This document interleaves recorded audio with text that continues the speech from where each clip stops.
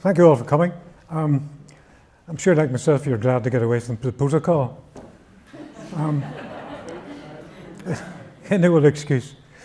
I invite you to share my peculiar melancholy fascination for what has been described by an eminent architectural historian as the greatest architectural disaster since the dissolution of the monasteries. And that was written about houses in Great Britain. It applies here just as much. This is the loss of the big house. And it's not just a lament for the big house, but also everything that is associated with it. That of its setting, its cultivated domains, ornamental gardens, ancillary buildings such as stable yards, gate lodges, estate workers' cottages. Also lament the loss of the contents, which had centuries of painting and sculpture, and the loss of its association with many of our provincial towns and villages. The loss is almost entirely of the 20th century, when we lost our finest architectural heritage. Now, where did I develop this fascination from? Well, I always reckon it was in the DNA. I inherited it from my paternal grandmother. She grew up in troubled times. She was from gentry background, and she grew up down south in her teenage years. Ominously coincided with those 1916 to 1923, when the IRA or the Republicans were practicing basically ethnic cleansing, burning houses of the Anglo-Irish to drive them out. And then the IRA split and took sides in the Civil War, commandeering the big houses as headquarters to become targets themselves. So she became one of the original country house snoopers. In her old age, she used to go out for her Sunday drives, and she's approaching some grand gates, and she would be, stop, stop, stop. And she'd be out in her little high heels and stockings, clambering over gate posts or gates, and to see how the big house had fared. That has rubbed off on me. In 1964, I found myself studying architecture in Belfast College of Art, and our studio master set us the task of writing a thesis on the gate lodges and estate entrance gates of Northern Ireland. And well, I was smitten. It wasn't so much the gate lodges as the big house beyond. Another important thing was in 1975 was published The Destruction of the Country House, which accompanied an exhibition of exactly the same name at the Victoria and Albert Museum, in which they featured something like 1,600 houses had been lost in Great Britain in 100 years prior to that, from 1875. And I thought, grand, now's the opportunity to do a book on the vanishing country houses of Ireland, but somebody beat me to it. In 1988 was published that very title, Vanishing Country Houses of Ireland. The only snag was it was a misnomer. And look closely at it, it should really have been called The Vanishing Counties of Ireland, because it was 26 counties. It ignored completely the northeast corner. Anyway, they recorded about 500 houses in the south had been lost. 200 of those in the troubles of the 20s. So, being an Ulsterman, I had a grievance, and that gap had to be filled. And this is the book that the Ulster Architectural Heritage Society published just about 3 years ago. It sort of came out in stages, really. There wasn't actually a book launch because of COVID.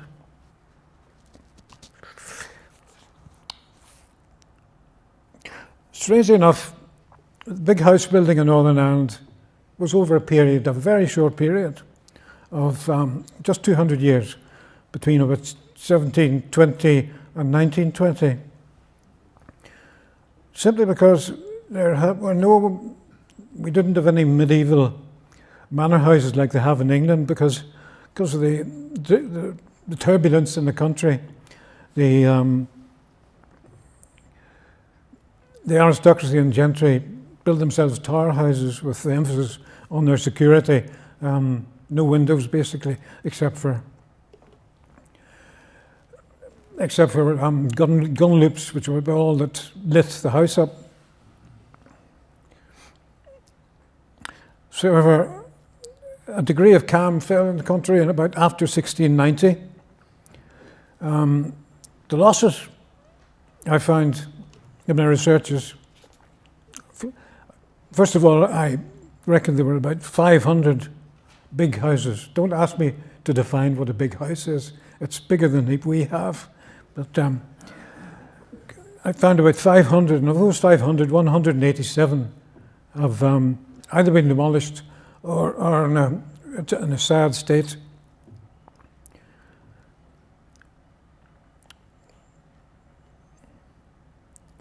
The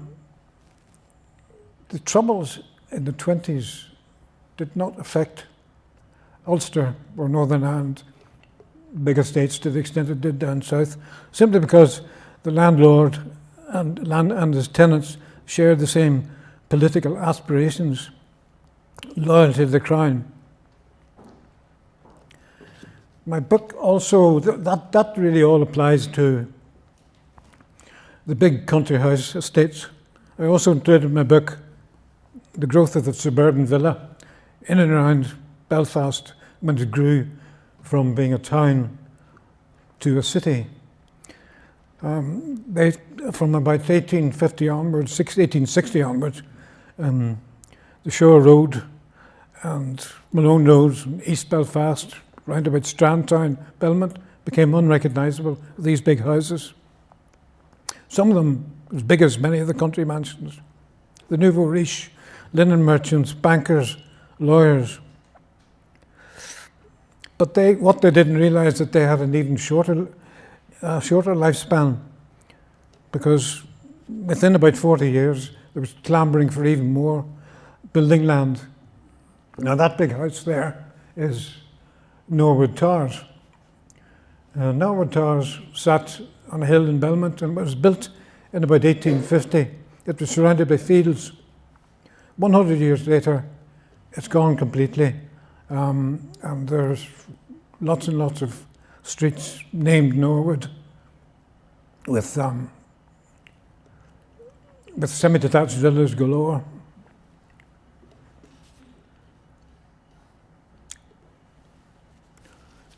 Could almost get on to showing you some pictures. I've selected about 60 images from the 187 entries in the book. When did the rot set in?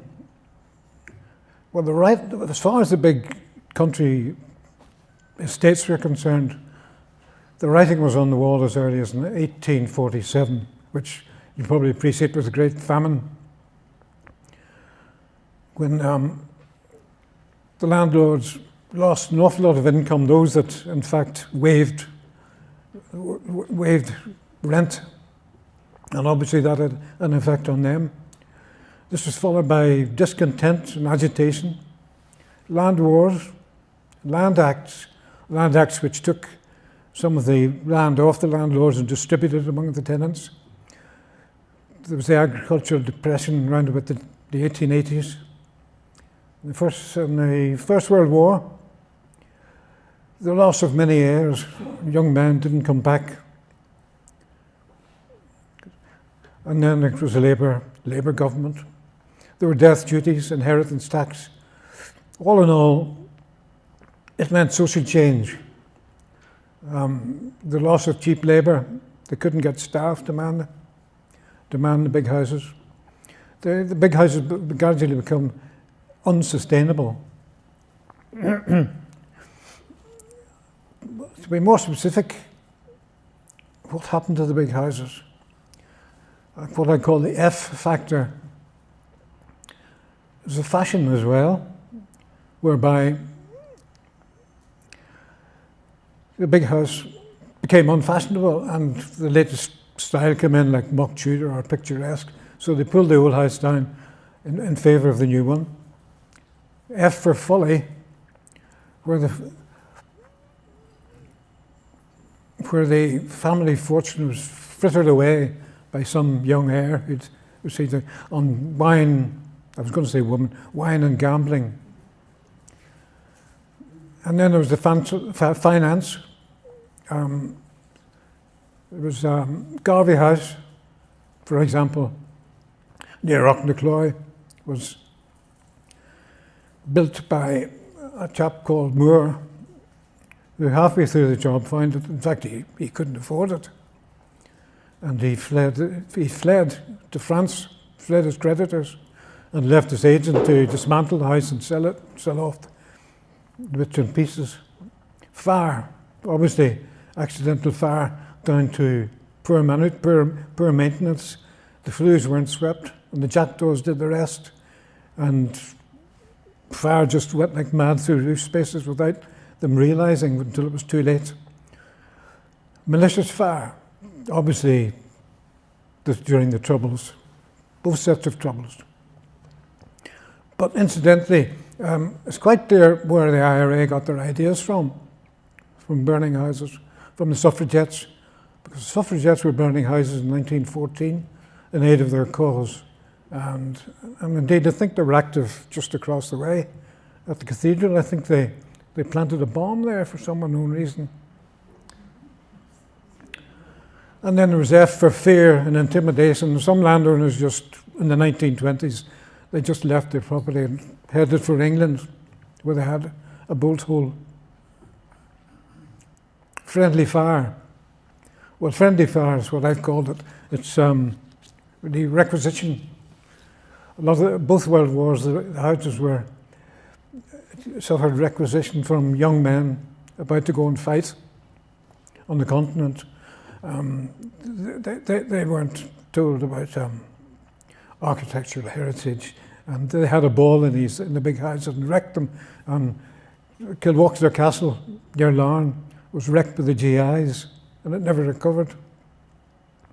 And F for Philistinism. Excuse me.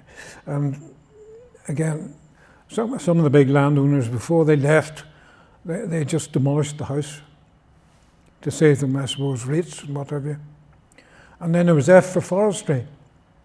A lot of the big estates came up for sale, and the government bought them, gave them to the Ministry of Agriculture, and they in turn passed it to forestry, who immediately afforested the big domains and pulled down the houses. Right. Pictures.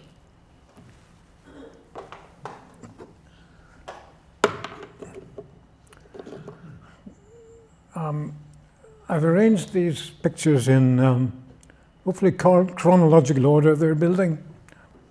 What you see there contradicts what I've already told you, that the building of the big houses really was in the period between 1720 and 1920. But in fact, there was a false dawn around about the early 1600s. This was built by Sir Arthur Chichester when he arrived at Carrickfergus. It was built in about 1910. Sorry, 1610. Sorry, I have a prompt sheet here, an autocue. Sir Arthur Chichester was a Lord Deputy, and he arrived along with Lord Mountjoy, and he decided that it was quite safe in Ireland to build himself a big house with large windows, which he did. He decided to build himself his very own Longleat, and that's it there with the big windows, totally undefensible, but probably safe in the knowledge that he was in the shadow of Carrickfergus Castle, and behind the town walls. A passerby or a tourist in 1640 said, "The only grace of this town is the Lord Chichester's house, which is a very stately house, or rather a prince's palace." However, the Chichesters, they forsook Carrick and the house around about 1724, and by 1823 the house was a shell. You can see it there with the little onion domes. That was the gatehouse at the entrance to the forecourt. He was a veritable builder, was Sir Arthur Chichester. He next moved on to Belfast, and they built in this totally different, some sort of a cross between a castle and a manor house, which sadly was burnt down in 1708 when Lady Donegal, the Chichesters, of course, their title became Donegal. Lady Donegal, who had only been widowed 2 years previously, lost 3 of her 6 daughters and 2 servants in the accidental fire which consumed the castle. It sat pretty well where Castle Place is now. It had extensive pleasure grounds right down to Belfast Lough, and it was built with local bricks, 1,200,000 of them. Another daring adventurer was Sir Toby Caulfield. The Caulfields became the Earls of Charlemont eventually, and this was built in 1624 within an existing star fort, which gave it a degree of protection. And those bay windows there are actually Victorian, because they used to be completely glazed, just like Hatfield House in England, Derbyshire. And it survived until 1920, when it was burnt by Republicans.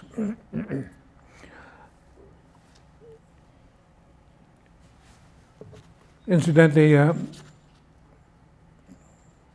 Toby Caulfield was an inveterate builder as well. He also built Castle Caulfield, was the nearest thing we have to an English Tudor manor. What you see there is Antrim Castle, built in stages from about 1613 up to 1662. Originally built by Sir Hugh Clotworthy, the first Viscount Masserine. In 1813 and 1887 it was much enlarged. 1922 it was burnt, which you might think was obviously in the 1920s. It was by Republicans, but they didn't claim it. It was subsequently demolished by the local council. This is the case whereby there are so many big houses in the province which could have been an asset to the town, but they demolished the shell, and they even drove a dual carriageway through the estate and splitting it in two. Well, they're redeeming themselves to some extent by restoring the Lenotre Gardens. That is Carrick Blacker House, built in 1692 by William Blacker, who fought alongside King Billy at the Boyne. That succumbed to a golf club. They demolished it. Demolished it in 1948, where I would have thought that would have made an excellent clubhouse of some distinction, but not a bit of it. Just get rid of it.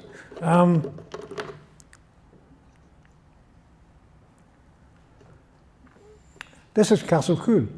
I'm sure you all recognise it. This is a case whereby, due to changing fashions, that dates from 1708, 1709. Architect John Curl for Colonel James Corrie. If there had been planning authorities there then, and it was suggested that they were going to do a replacement dwelling, it had been kicked out. But anyway, James Wyatt's huge masterpiece of 1789 replaced it, and that little house was burnt, sort of Queen Anne style. Quite pretty. Same sort of thing, Crum Castle, also in County Fermanagh. It was built in 1720 for the Honourable Brigadier David Crichton, father of the first Earl of Arran. There's actually no proof it ever existed other than the notes on the drawing to say it was his house. In Queen Anne style again. And again, the same sort of style that was the original Castle Dillon house near Armagh, built in 1730 and demolished again in 1840 to make way for a more fashionable house, which we'll see later because it's under threat as well. That's for William Molyneux. Guildhall, built in 1675, apparently the most haunted house in Ireland, built for John McGill. In 1969, it was gutted by a malicious fire. It was just near Dromore. And sappers, or the Territorial Army, finished the job off with explosives. That used to be very popular way to treat a big house. That is Dramilly House, built in 1700 for the Cope family at Loch Gall. There was great consternation over it. It was the government bought the lands in the about 1960s. And Roy Bradford, as you may remember, he had this to say: one of the most beautiful places. This is Mariah Edgeworth visiting in 1844. Said it was one of the most beautiful places I think I ever saw. But she found its owner, Arthur Walter Cope, glazed opium eyes. And he died in 1846, a drug addict. In 1855, his sister, Anne Garland Cope, added the magnificent Great Exhibition Conservatory of about 1850. And you can see it there, totally. That's a detail from it. It's disappeared off the face of the earth, that conservatory, as has the house. Roy Bradford said it was a Philistine act of the most heinous and irresponsibility, embarking on a reckless course of artistic nihilism. It had been in a good state of repair until the ministry used it for storing grain, attracting every rat for miles around. Now, this is unusual in that it's one of the few vernacular gentry farmhouses to survive. Fran Cassidy near Balleek. As you can see, it originally, that's a corrugated asbestos roof, I think. It used to be thatch for the Dundas family. It's still there, and it's still retrievable.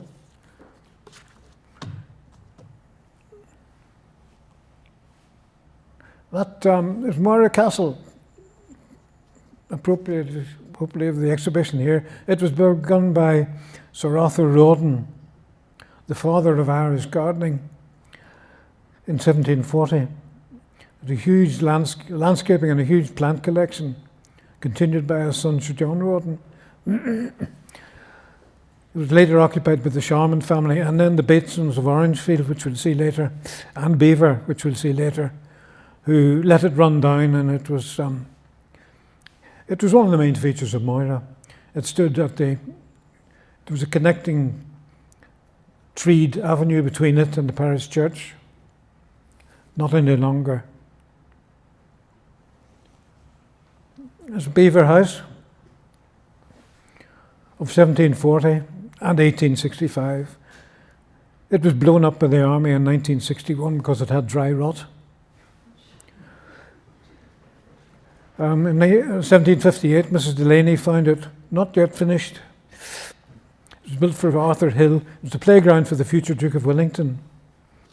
Again, it was It was built by the Hill family initially, and then the Batesons moved in as Earls of Derrimore. They had moved from Orangefield.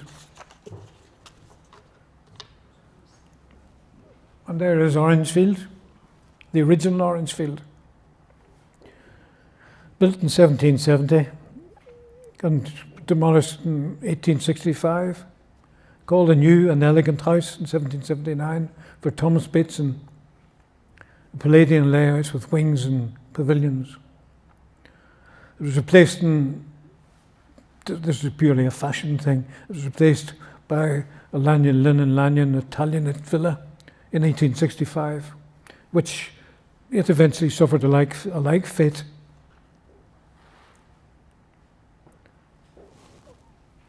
Mount Panther, I think probably at Clough on County Down, on the road to Newcastle, you've probably all seen it up on the hill, a sad big shell of a building. It was a lovely building at one time, a stately shell. In 1740 it was home to the Reverend Bernard Ward, the precentor of Down Cathedral. It was originally a 5-bay house. You can see the central bit there, but it was extended on each side later, and was home to the Annesley family of Castlewellan for quite a while. Mrs. Delaney in the 1740s called it a very pretty and convenient house. I think what she saw wasn't as big as that. It was Tullymore Park in Bryansford, built in 1750 and extended in 1840 and 1878, and demolished in 1952 when the government got hold of it. They decided they needed a car park, and that was the ideal place to put the car park. There's what could have been the main focus of the estate. Although to be fair to them, they've looked after all the ancillary buildings very well. It was built for James Hamilton, later the second Earl of Clanbrassil and the second Viscount Limerick, and eventually inherited by the Earls of Roden. In 1878 it was completely transformed and it got French chateau roof. And that's Walworth House up at Ballykelly, 1750. The post-chaise companion described it as a most superb and elegant seat with ample and beautiful domains for Sir Marcus Beresford, the first Earl of Tyrone. Demolished round about 1950. I think you all recognise that. Downhill, staying in Derry at Castle Rock. It was built for the eccentric Frederick Augustus Harvey, Bishop of Derry and 4th Earl of Bristol, probably the designs of James Wyatt. And built in the most strange spot, and nothing could be more exposed than on the cliffs above Downhill Beach. But strangely enough, it faced the other way. It didn't face the view at all. The outbuildings are at the back. It was eventually inherited by the Bruce family and gradually deteriorated. They lost interest in it. Now the Earl Bishop, they were really follies, these buildings that he built. They were there to house his collection, his art collection, his sculpture collection.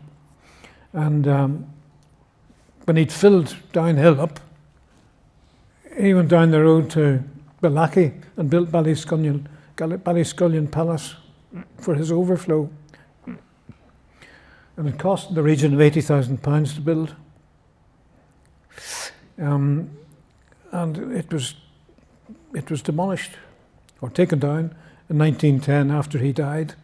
The family stayed in Suffolk. It was much picked over, and of course you know that the portico there graces the front of St. George's Church in Belfast. That's Boom Hall, which looked as if it should have had a portico, but apparently didn't. It was built for the James Alexander, later the first Lord Caledon. It's attributable to a famous architect called Sir Robert Taylor. It's now a shell, and but the Derry Council have said that they intend to restore it. They said that about 20 years ago. Nothing's happened. Castle Archdale, a beautiful house at Irvinstown, built to replace an old tower house for Colonel Mervyn Archdale. The RAF, it was built in 1778, and the RAF requisitioned it in the 1940s for their fleets of Sunderland flying boats. Another Mervyn Archdale who inherited the place said about its demolition, "I could have afforded to restore the house, but there was no furniture in it, and that would have cost a fortune. I also calculated it would cost £3,000 to £4,000 a year to run." That's one of the finest houses in the province lost. That's a lovely old Georgian Gothic Lissanore Castle at Clough-Mills, County Antrim, built in 1770. Next to Lake Gyle by George Macartney, the first and last Earl Macartney, a distinguished diplomat. That's a view which dates from 1772. 1947, it was destroyed by accidental gunpowder explosion, which killed Mrs. Macartney.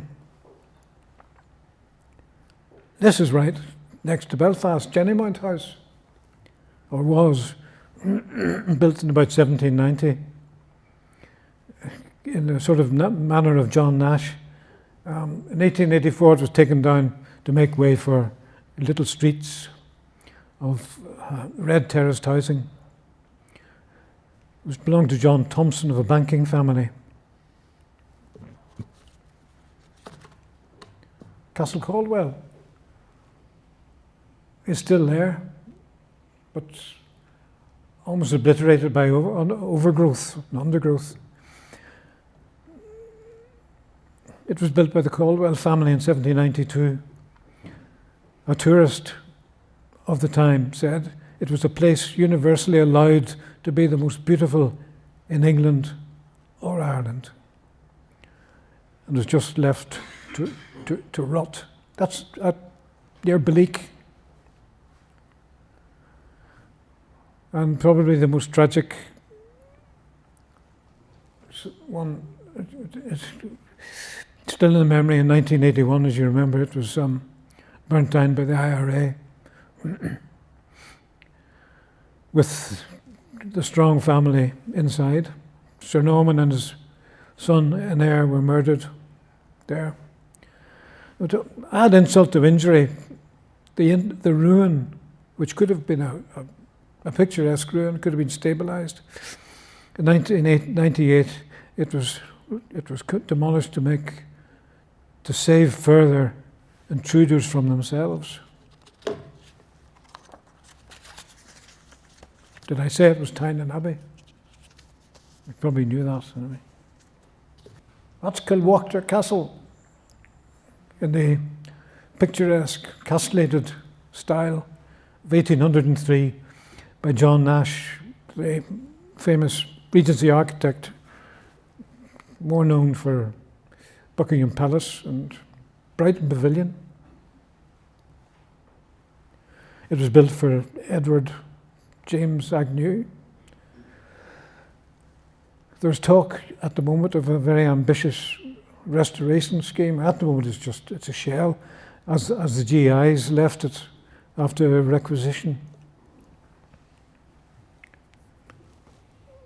That's a drawing of Shane's Castle as it would have been, again by John Nash, 1808 to 1816. It was burnt down, an accidental fire in Randalstown. Mrs. Siddons, visiting there in 1799 of the house which preceded that one, said, "It is scarce possible to conceive the splendour of this almost royal establishment, except by recollecting the circumstances of an Arabian Nights entertainment. I have not words to describe the beauty and splendour of this enchanting place." However, The Dublin Penny Journal in 1916 recorded an extensive library and many valuable paintings were wholly consumed in this awful conflagration. The greenhouse or conservatory of rare and foreign plants being the only thing that escaped. In fact, that was the Camellia House, which still survives there. That was the original Bangor Castle, built in about 1800. And just for, again, fashion saw to the end of it. It was replaced by the present house in 1852. It was described as a low, moderate structure in 1778. The present house, of course, is Bangor Town Hall now. Colcavey Cottage, which very, very close to here, was a beautiful, picturesque cottage ornate. A charming cottage ornate for Nathaniel Monk of the neighbouring brewery, built in about 1810, and it disappeared right about 1970, sadly.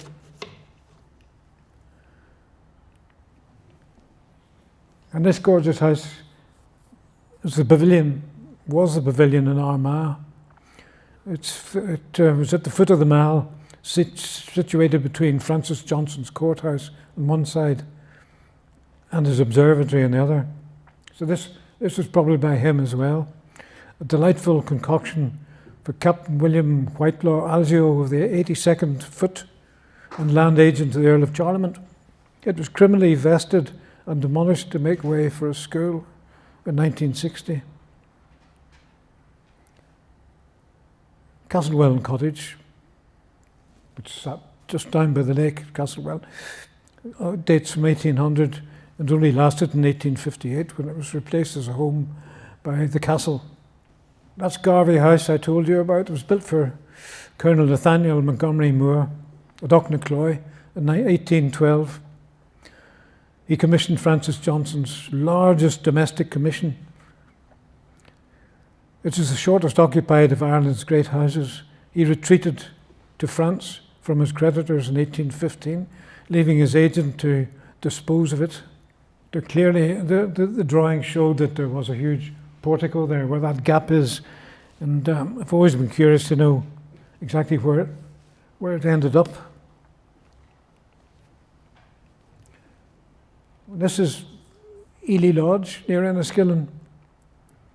Dates from 1816 and 1824. It was built to designs of William Farrell for John Loftus, the second Marquess of Ely. He built this on an estate, to quote, most enchanting and fairly entitled to be called a little paradise. It was inherited by the second Marquess's grandson as a minor, John Henry Wellington Graham Loftus, the fourth Marquess, who in 1870, to celebrate his coming of age, had it blown up in celebration. Quite fun. But, to be fair to him, it probably was his intention to replace it, but eventually made do with a huge pile down in County Wexford. That's a folly, if ever there was one. Churchill, a fairly plain house of about 1830. It was built by the Waterloo veteran Lieutenant Colonel William Werner in the manner of William Farrell. Family fortune was frittered away by the third baronet, and it was demolished in 1928. Along the same lines, that Churchill was at Moy. This is Cecil Manor near Rocker, built about the same time, 1829, for the Reverend Francis Jervis. And it was demolished about 1950. It was in a wretched state before it was built. Its predecessor, who was struck, the chap that built it was struck by the natural beauty of the surroundings. This is Garva House, which is closely associated with the town of Garva. It didn't save it. It was built in 1825 to 1829 for George Canning, the first Baron Garva. It was abandoned by the family in the 1920s troubles. They fled in fear. The house survived until 1965. Canning, of course, was that particular first Baron Garva. His cousin was famous for being a 4-month Prime Minister in 1827. That's the second castle, Dillon, which is a slightly better state as its predecessor, built in 1844 for Sir George King Adler Clone Molyneux, the 6th Baronet. It went through a whole series of uses, institutions. It was a, dare I say, a lunatic asylum at one stage. And it's awaiting a new use, if you're interested. Beautiful estate. And that's the Annesley families of Castlewellan. That was their marine residence at Newcastle, Donard Lodge. It was built for William Richard Annesley, the third Earl, in immaculate granite ashlar. It again suffered badly from wartime requisition and was demolished in 1966. That's Ormo House, down by the Lagan, built in 1810 for George Augustus Chichester, the second Marquess of Donegal. That's where the Chichester eventually arrived from their building at Carrickfergus in Belfast. In 1869, they abandoned the place and built themselves the Belfast Castle we know now, up on the hill. That's Dalcoolan House, or was Dalcoolan House, near Hollywood, built in 1815 and 1870, originally called Wellington Lodge, probably built just after the Battle of Waterloo.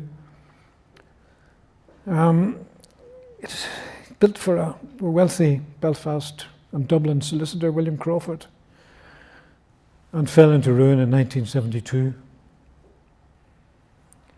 Purdysburn House, Belfast, 1825, built by the Prince Regent's favourite architects, Thomas Hopper. It and its beautiful interiors have all been swept away in 1965. I told you this would be melancholy.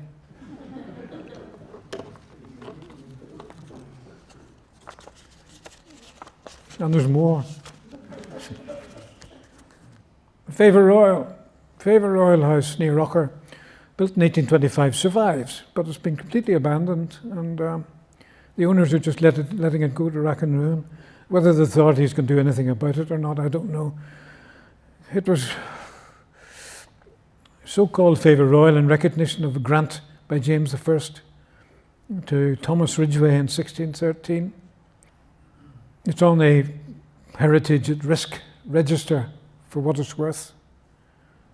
And that's Drum Manor, near Cookstown, built in 1829 and extended in 1868, originally called Oaklands. Tudor Gothic for Major William Stewart Richardson Brady, 2 hyphens.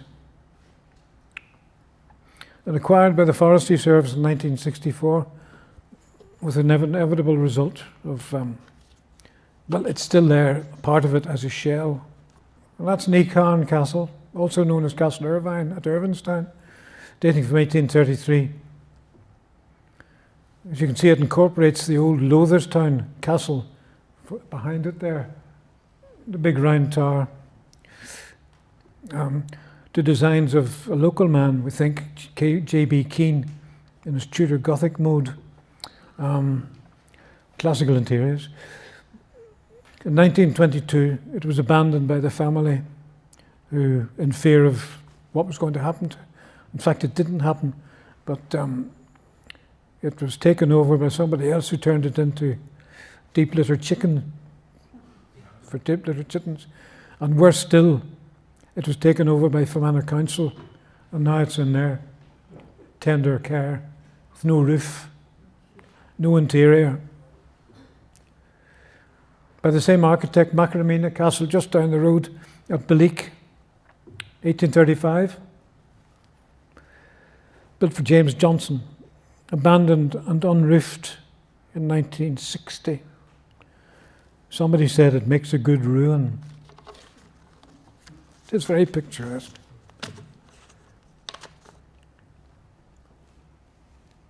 That is little Clandeboy house at Conlig, built by another inveterate builder, the diplomat Frederick Hamilton Temple Blackwood, 2 hyphens, the first Marquess of Dufferin and Alva, probably his Adar house. Went through a lot of owners after that before it's gone. And just down the road from it, in Killynether Castle, near Newtownards, 1876, John Lewis Crosby, for the National Trust, 1966, I quote, "We feel that Killynether Castle is not a build, they've just been given it free. We feel that Killymoon Castle is not a building of sufficient architectural merit or historical interest to warrant the high expenditure required to put it in order. The National Trust believes the building should become a picturesque ruin. They would like the walls and outline of the castle to remain." Well, it was demolished in 1966. Banagher is one of the most important buildings in the province. It was built by William Henry Playfair, an Edinburgh architect. Again, the owner and the builder, Maxwell Close, said no mortal could have, this is his excuse for not keeping the place. It's just, this is Philistinism, if ever there was it. This is near Points Pass. No mortal could have afforded to keep the castle going, so it had to be demolished. Death duties, upkeep, and financial difficulties meant I just had to get rid of it. I sold it for a song to a firm that wanted the stone, wood, and lead from it. The eminent architectural historian Ian Gow said it was a grievous loss to both Irish and Scottish architecture. This is Dunmoy Lodge near 6 Mile Cross, if you know where that is. I'm not sure. 1845. It was built for the Lieutenant Colonel Dean Mann of the Royal Inniskilling Fusiliers, who had been presented the townland by his grateful employer. It's a nice present, anyway. It fell into ruin, and in 1965 it was blown up by the army, legally. You can see there the Italian style which was coming in with the Belvedere Tower, which used to be all the rage, as it was here as well. One at each end. That's Auchintain Castle at 5 Mile Town, built in 1860 for Thomas Richardson Brown. It has a 4-stage campanile. Yes, that's when Tuscan architecture was all the rage. In 1954, the purchaser decided that restoration and upkeep would be too costly, so it was demolished then. Northland House, in a sort of neoclassical style, again with little belfries, which the Dungannon Council in their infinite wisdom decided they didn't need. So it was demolished in 1950, just near the town centre. Surely they could have made some use of it. It was built in 1790 and extended in 1841 for Thomas Knox. For another two Thomas Knoxes, the second Earl of Ranfurly. The sixth Earl apparently inherited it in 1937 with nothing but obligation to pay his predecessor's butler's pension. And that is a little known house called Orlands, near Carrickfergus, Eden, Carrickfergus. Substantial, quite substantial, was built by William Holmes Lyons of Old Park. When lying vacant, it was burnt down by the suffragettes in 1914 in a manner copied by Republicans. By 1920, it had been completely removed. And that's what we would call a Lanionate villa. An Italianate villa by Sir Charles Lanyon at Creebilly in Ballymena. Quintessentially Lanionate, built for Henry Hutchison Hamilton O'Hara, known as Mad O'Hara, for his gambling, bigamy, and ill temper, but a kindly landlord. It was burnt down by the IRA in 1921. Yet another big villa by Sir Charles Lanyon, designed for Thomas Morris Hamilton Jones, near Toome.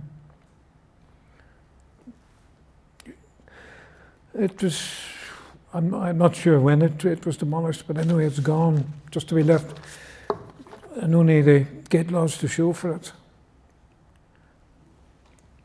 And this brute, this pile, was built in 1861 near Donamana for a barrister, William Ogilby, who was also apparently a very eminent zoologist. By 1885, it was vacant, and it remains a gaunt shell, not beyond restoration, if you like that sort of thing. Cooldara, near Ballymoney, built in 1864 for the butler Mildmay Gaveen, sort of an exercise in polychromatic brickwork, almost certainly by Lanyon, Lynn and Lanyon. Its final owner, only within the last 10 years, dynamited it for its lack of entertainment space. None of the rooms were big enough for him. The extraordinary Ballymena Castle, again removed by the council. They couldn't put it to use. Surely to God they could have had a Disneyland there. It had a good start. Built in 1865. Fantasy castle in Scots baronial style to the design of W.H. Lynn for Sir Robert Alexander Shafto Adair, the Baron Waveney. Absenteeism led to its demise. That was possibly the biggest country mansion which ever graced the 6 counties. Roxburgh Castle near Moy. It's completely gone, completely razed. It's one of the seats of the Earls of Charlemont, the Caulfield family. It was built in 3 phases, 1840, designs by William Murray. In 1865, it was made into a French Renaissance chateau to the designs of William J. Barr. In 1892, it lay vacant on the death of the 3rd Earl. And in 1920, it was dismantled, and apparently it made up hardcore for roads. That's Kirkcassock House near Donaghcloney, or was Kirkcassock House. In 1870, it was built. It was built for Jonathan Joseph Richardson of the Quaker linen family by the very well-known English architect, Gothic architect, Sir Alfred Waterhouse of National History Museum and Eaton Hall fame.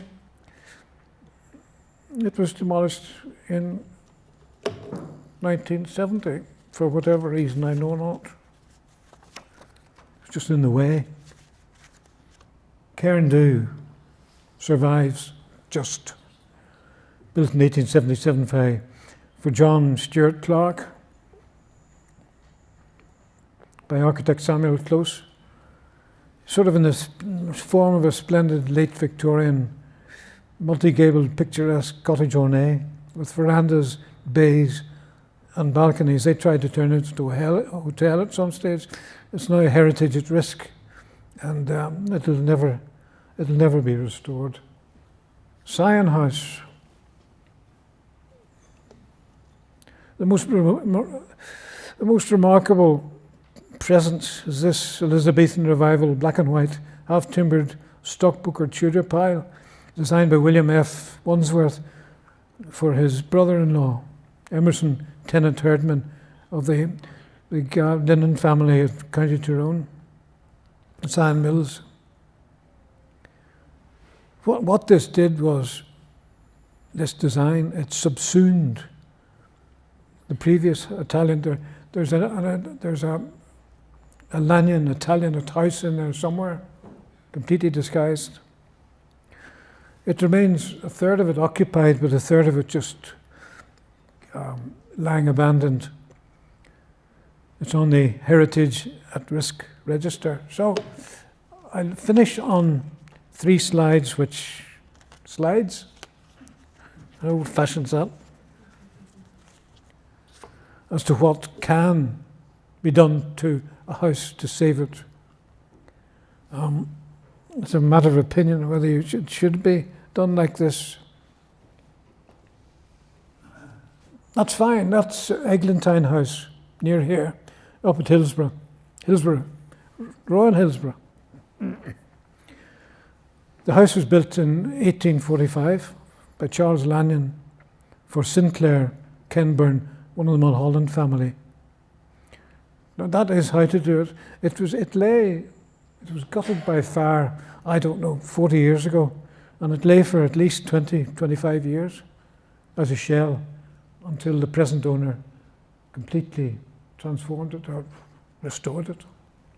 This was the old Stranmillis house, built in 1857, again by Lanyon, Lynn and Lanyon. They keep cropping up at Malone. Now Stranmillis Training College. On the left you can see it as intended by the architect, with the wonderful belfry. And that's when it became Stranmillis Training College on the right. It's hardly an improvement. The belfry's gone, and the little porch is gone. And the architect got great credit for that, thinking how much in keeping it was. And finally, that was, on the left, Listener Breeding House. That's the state that it got into. Built in about 1814 at Castlereagh. And it was saved really by Lagan College taking it over. Splendid facade restoration, but it's a pity about the interior because they just pulled the whole of the back out and rebuilt to suit. I think it's a music centre. So anyway, before I came here, I read that some of these places they're abandoned. If you go onto the site now where the house used to be and the remains of the gardens, you still get a sense of the presence of absence. Thank you very much.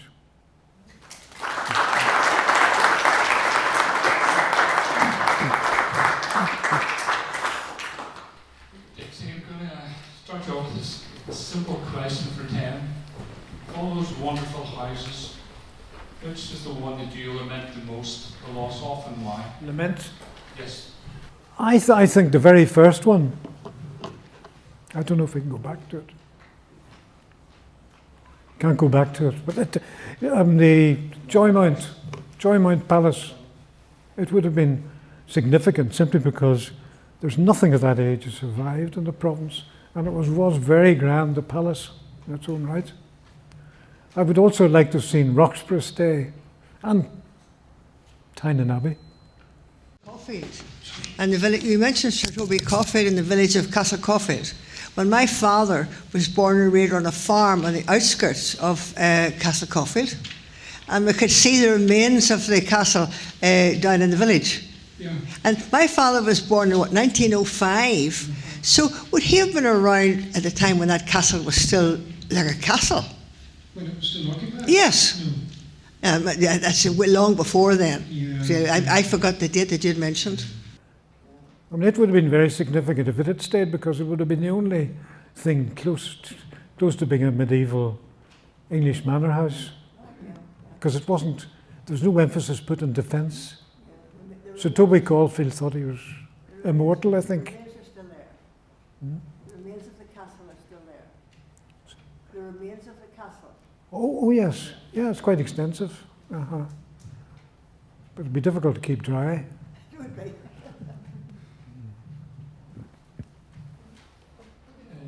Did you have to, at some stages, have to make a decision which ones to leave? Sorry? Oh, did you have to make decisions at times which to include in your presentation and which ones not to? I'm thinking of Learmount Castle in Dungiven. Yes. Is it still there? It's, I believe so, yeah. Indeed, the Beresford's house. Yeah, I know it. And it had just been abandoned as well. I don't know who's responsible for that. But yes, I would have. That represents about a third of the houses which I've included in my book. Can I just apologise? I would like to have brought a few books, embarrassed you into buying some. But the Ulster Architectural Heritage Society, God love them, they only printed 500. And they sold straight away. So there's nothing I can offer really at all.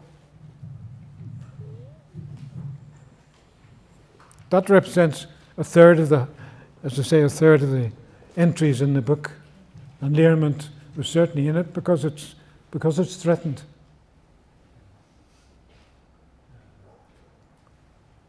Do you think anything will ever be done with Wilmot House? I'd have to ask the council. Okay.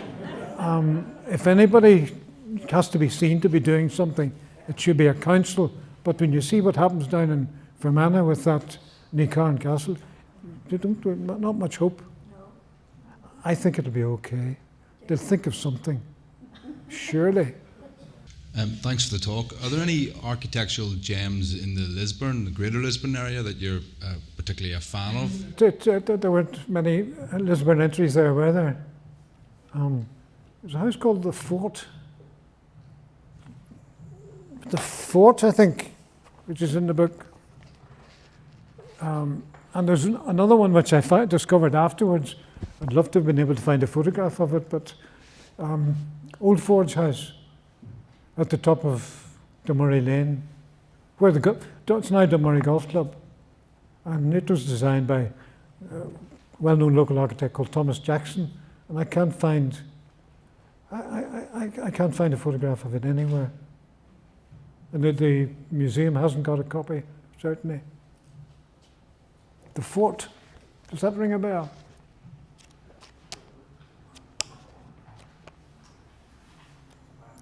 There was a famous English architect involved in the Fort. Would Castle House come under your definition of a big house? Yeah. I see they've got psychedelic columns to it now. Have you noticed?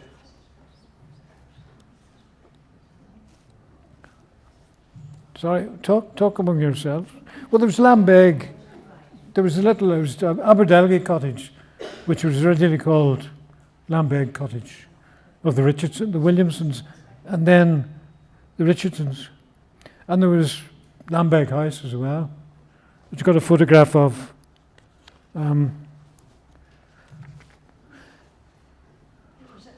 Brook Hill, sorry. It was a hotel for a while. Yeah. Yes, the fort, Lisburn. A photograph in Lisburn Museum. Notable principally for the addition in 1861 of an elegant veranda and conservatory by the leading English Gothicist architect, Sir Alfred Waterhouse. I think it made way for a school in 1958.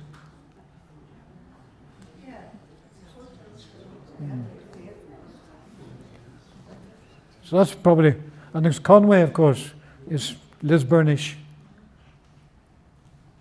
There's a really comprehensive set of photographs of Conway, and particularly its interiors. I don't know if the museum has them, probably.